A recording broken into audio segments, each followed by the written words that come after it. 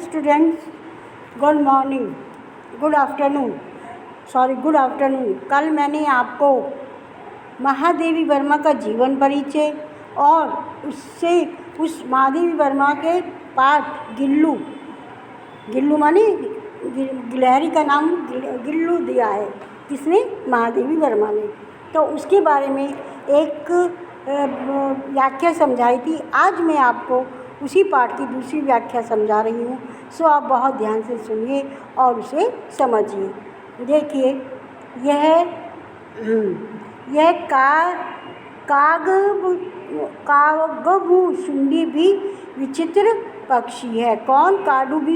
कागभू शुंडी भी विचित्र पक्षी है। एक साथ समादरित, अनादरित, अति सम्मानित, अति अविनामित। क्या बताया इन्होंने? मतलब एक गिल्लू के बारे में कल देखा था आपने कि वो छोटी सी उसने क्या करा था, महादेवी वर्मा गिलहरी के एक घायल बच्चे की क्या बचाए थे उन्होंने? प्राण बचाए थे।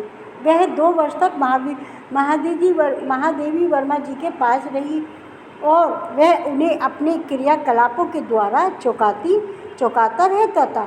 जब वह मर गया तो महादेवी ने सोन जूही की लता के नीचे उसे समाधि दे दी थी।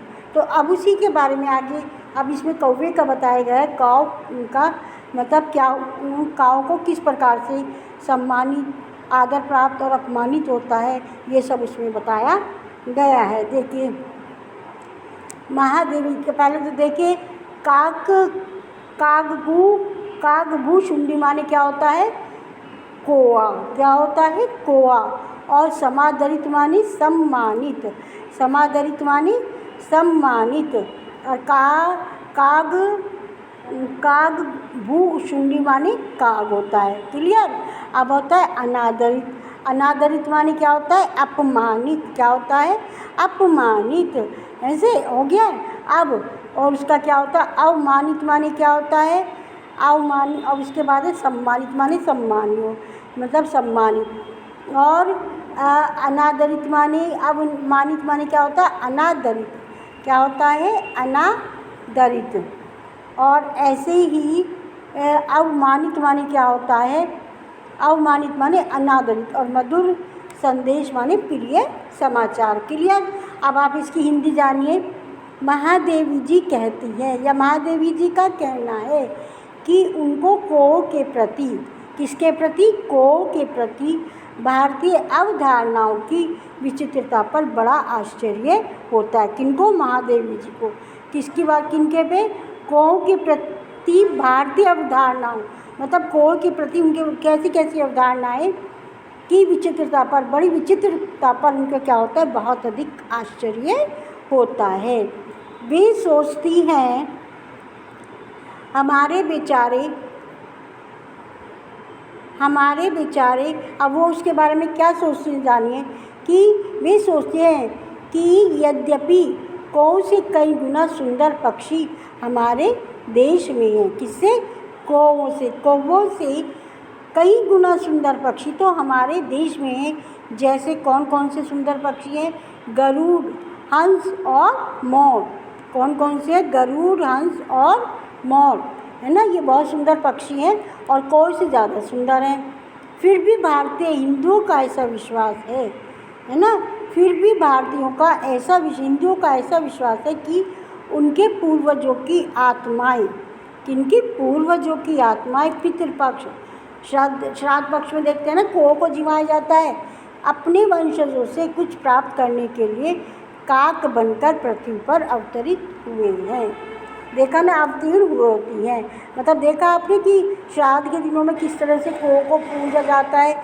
सब लोग कौओं के लिए कौओं के लिए खाना डालती हैं, सब करते हैं, कहते हैं कि हमारे पितृ जो हैं खाना खा रहे हैं, इस तरह से बातें करते हैं। जब ये भी होता है अब ये होता है। अब इसे दोबारा देख लीजिए, दोबारा देखिए कि वे सोचते हैं यद्यपि कौओं से कई सुंदर, उनके पूर्वजों की सुंदर पक्षी हमारे देश में कौन कौन से?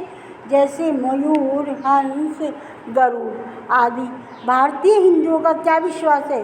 लेकिन भारतीय हिंदुओं का ऐसा विश्वास है कि उनके पूर्वजों की आत्माएं पितृपक्ष यानी कि श्राद्ध पक्ष में अपने वंशजों को प्राप्त करने के लिए, यानी अपने वंशजों से कुछ प्राप्त करने के लिए काक बनकर पृथ्वी पर अवतरीन होते हैं, है ना। क्लियर है ना। आप देखते हैं कोए को। अब आगे देखिए, जब कोआ छज्जे पर बैठकर क्या करता है? काव काव करता है। कब? जब कोआ छज्जे पर बैठकर काव काव करता है तो व्यक्ति समझते हैं हमारे प्रियजनों के शुभ आगमन का मधुर संदेश हमें दे रहा है। जानते हैं जब आप कौवा काव काव करते हैं तो हम कहते हैं भाई कौवा बोल रहा है, काव काव कर रहा है, तो आज ज़रूर कोई घर पर मेहमान आएगा, ऐसा कहते हैं। पहले भी बड़े बुज़ुर्ग ऐसा कहते हैं कि जब कौवा छज्जे पर बैठकर काव काव करता है तो उस टाइम कौन होता है? बड़े कि किसी मेहमान के आगमन का संकेत होता है। जो व्यक्ति समझते हैं जो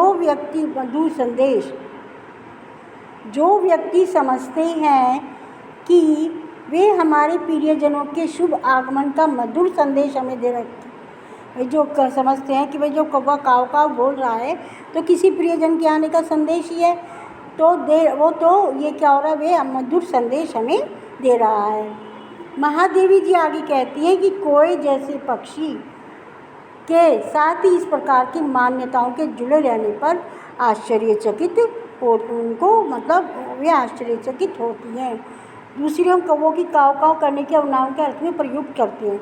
तो महादेवी जी के कहने का मतलब ये है कि कोए जैसे पक्षी के साथ ही इस प्रकार की मान्यताओं के जुड़े रहने पर आश्चर्य होता है। क्लियर हो गया? कोए के बारे में पता लग गया। आप देखिए इसमें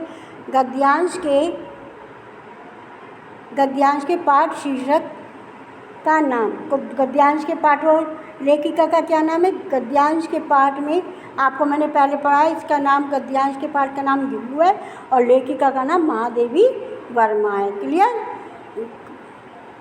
पाठ का नाम क्या है? गिल्लू। लेखिका का नाम महादेवी वर्मा। अब इसमें मैंने ये भी आपको ही क्लियर कर दिया है, रेखांकित सब कर दिया है। कोई की इसमें महत्ता बताएगी ये सब आपको लिखना है। अब आप आगे देखिए तीसरा क्वेश्चन। अब बताया गया है तीसरा कि कौवा समाधारित कैसे है? कौवा समाधारित कैसे है? तो देखिए आप, कौवा यह विचित्र पक्षी इसलिए कि मनुष्य के द्वारा काशबुकुंडी सामान्य बोलचाल की भाषा में कौवे के नाम से जाना जाता है। किसके नाम से? कौवे के नाम से जाना जाता है। काशबुकुंडी कौवे के नाम से जाना जाता है। और यह विचित्र पक्षी इसलिए है कि यह मनुष्य के द्वारा अत्यधिक सम्मानित हो रहता है और अत्यधिक अपमानित भी होता है। क्लियर? अब आगे देखिए आप, आगे प्रश्न है आपका कि कौवे को अवमानना के अर्थ में कब प्रयुक्त करते हैं? कौवे को अवमानना के रूप में कब प्रस्तुत करते हैं? हम उसको कब करते हैं? व्यवहार समझ अधिक अपमानित है, वो मनुष्य के द्वारा अत्यधिक सम्मानित और अत्यधिक अपमानित होता है। जब वो काव काव करता है तो उसको हम क्या करते हैं? अवमानित करते हैं। तीसरा देखिए, भारतीय परंपरा में दूरस्थ प्रियजनों के आने का मधुर संदेश किसके द्वारा मिलता है? आप जानते हैं कौवे के द्वारा मिलता है। क्लियर हो गया? ये आपका पैसेज सही है पूरा। अब आप इसको बहुत ध्यान से पढ़ेंगे और समझेंगे, और जो नहीं समझ में आता है तो आप कॉल करके मुझसे दोबारा पूछ सकते हैं। धन्यवाद।